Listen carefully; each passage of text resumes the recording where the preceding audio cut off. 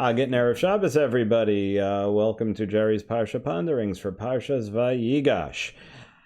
The big reveal. Yosef lets his brothers in on the secret, what's been going on the whole time. It starts off with Yehuda going to Yosef and begging him to allow him to swap himself for Binyamin. And it is at this point that Yosef realized that Yehuda and all the brothers, for that matter, have done a complete tshuva and were sorry for what they did to him. Yehuda actually says a very poignant and I would think contemporary thought even. He says to Yosef, how will I go up to my father and the nar, the youth, is not with me? Many Mefarshim have interpreted this to mean, how will I go up to my Father in heaven? And my youth is not with me. Many people spend their youth, their best years, their years of strength doing stupid stuff. Hello. I could probably, I can definitely empathize with that thought of spending the youth doing things that were, how shall we say, not complimentary. And Yehuda is reminding us here that let's not waste our years of youth. Let's spend them doing things that are important. And we will discuss a little bit later on the Siyam Hashas that's occurring this weekend, that occurred this week, and how important it is to spend our youth, our years of strength immersed in Limud Torah and doing acts of chesed and doing that which is the most important. When we get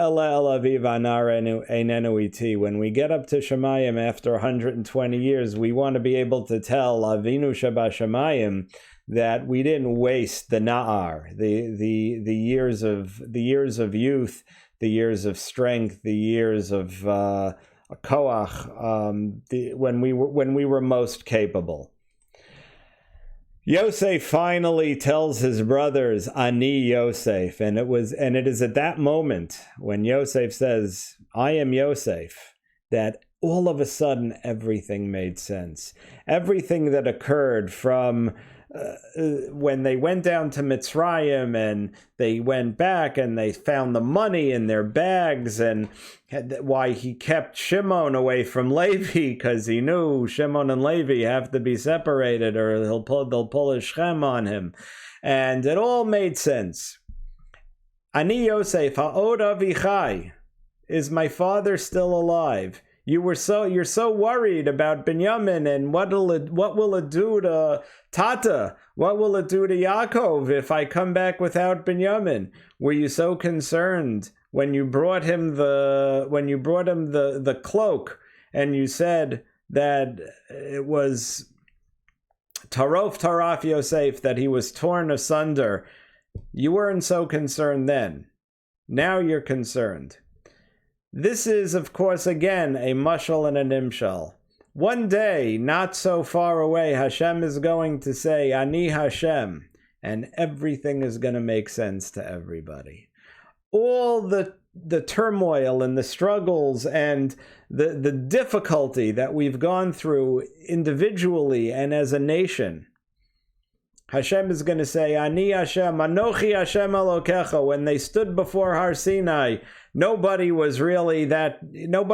didn't understand what was going on. And that's going to happen again very soon. Hashem's going to say, Ani Hashem, and the whole world will go, aha, now I get it. That Ani Yosef moment, that Ani Hashem moment, it's for us to realize we don't want to wait for that moment. We don't want to wait for the last minute to do tshuva, to come home to Eretz Yisrael. Hashem sending us all sorts of messages. There are messages going on all over the world, even here in Eretz Yisrael. But we saw what happened this past week. Terrible things. All over. Hashem sending us a message. The shofar is blowing. As Jabotinsky said, brennt a fire.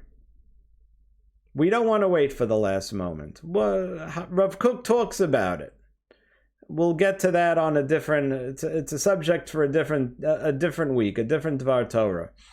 But just realize that the shofar is blowing. Let's not wait for the last moment. The Anochi Hashem is coming very soon, and we want to be ready for when it does indeed come. Let's think a little bit about thoughts after Hanukkah. I asked my good friend Shlomo Renner, we're friends in Shul. He said something beautiful last week, and I asked him if I could repeat it, and he said b'simcha. So, ha'omer davar b'shem omro.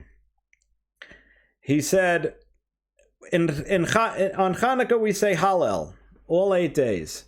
In Hanukkah we, rather in Hallel we say the psukim of Hodu Lashem Ki Tov Ki Olam Chasto.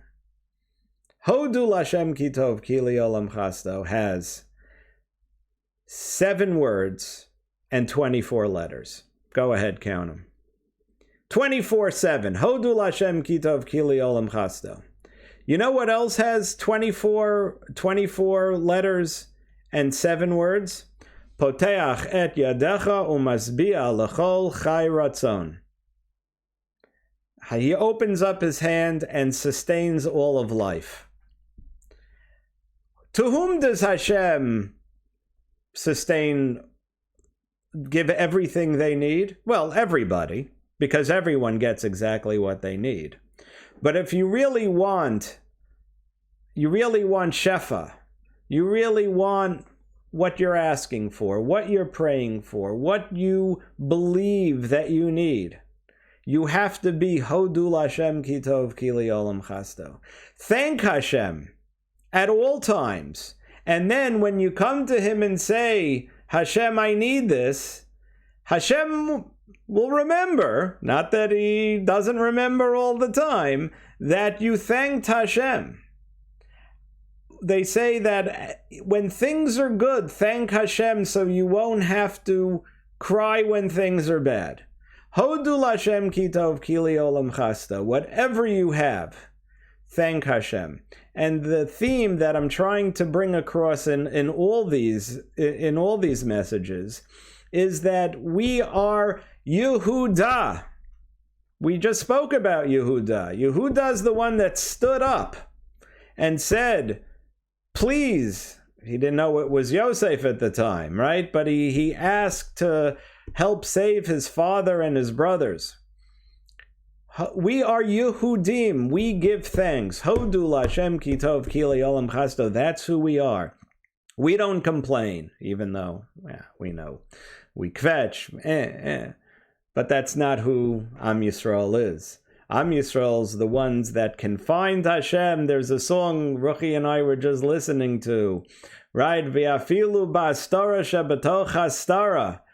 We see Hashem even in the darkest moments. We realize that everything is min hashamayim, and we give thanks for it. We have to be mavarech al hara kashem shem mavarchem al hatov. What we think is ra isn't ra.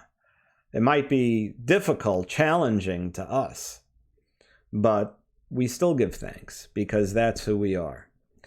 So remember, Hodul Hashem Ki Tov Ki Olam Chasto 24/7. You poteach et yadecha masbi'a lechol chai ratzon 24/7. We thank Hashem 24/7. 24 letters, 7 words, and we will get what we need 24/7 from HaKadosh Baruch Hu. Poteach et yadecha umasbi'a lechol chai ratzon. Something very special happened yesterday. We took out the salami. Right? The Hossein salami went the way of the Hebrew National, or the boar's head in his case. Right? Who did this?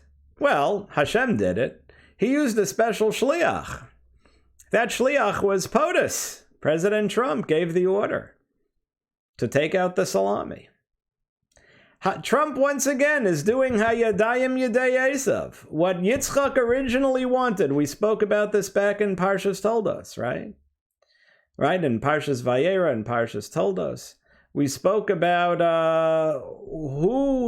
who was supposed to be Esav. Esav was supposed to be the right hand of Yaakov to do the physical, while Yaakov took care of the spiritual. President Trump just took out one of the most notorious pieces of dreck on earth, right? One of the heads of the Iranian arms in the Middle East, was it the Iranian Guard, Republican Guard, or yeah, maybe, I don't even remember what the guard was, but he took him out, and this was done right after Hanukkah. Right at the Masarta Gibarim Biyad Chalashim, like we said last week. Not that we're so chalash, Baruch Hashem, but the Iranians are now sword rattling. Aha! Think about it. Don't underestimate Am Yisrael. Don't underestimate President Trump. Don't underestimate what he will do, because he is being controlled by a much higher power, and he is the shliach. Remember, the next holiday on the calendar is Purim, when we fought off the Persians. So if Iran wants to wave their salami at us, we've got the salami slicer. The Siyam Hashas this week. What a Kiddush Hashem. What a Kiddush Hashem.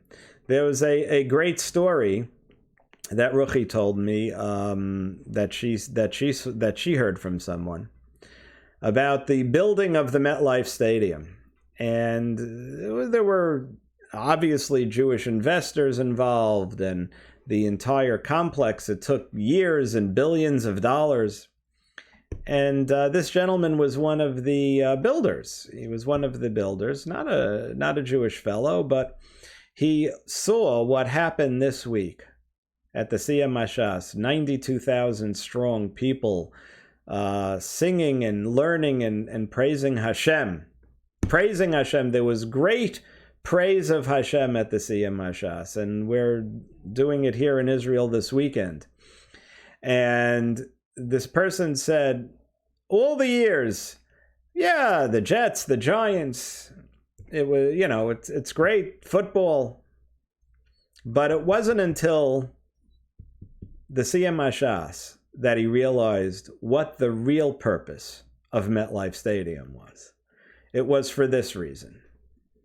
And we are seeing, if you see the picture between MetLife Stadium and the Tzahal, the IDF dancing, we are all one. We're all one nation. We're all one people. All are God's children.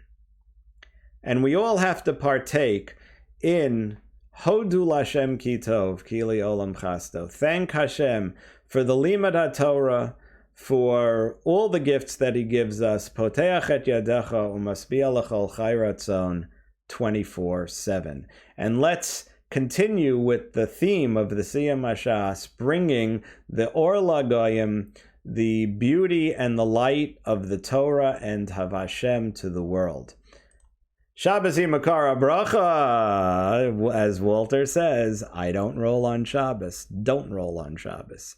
Shabbos is a time to be with your family, to thank Hashem for the entire week, making the 24 hours of Shabbat, or 25 as we now keep, the most important part of the week. Thank you very much for joining us here. Be back next week. We're going to finish up Sefer Bereshis with Parshas Vayechi. Thank you for joining us, and have an absolutely wonderful and meaningful Shabbos. See you back here next week.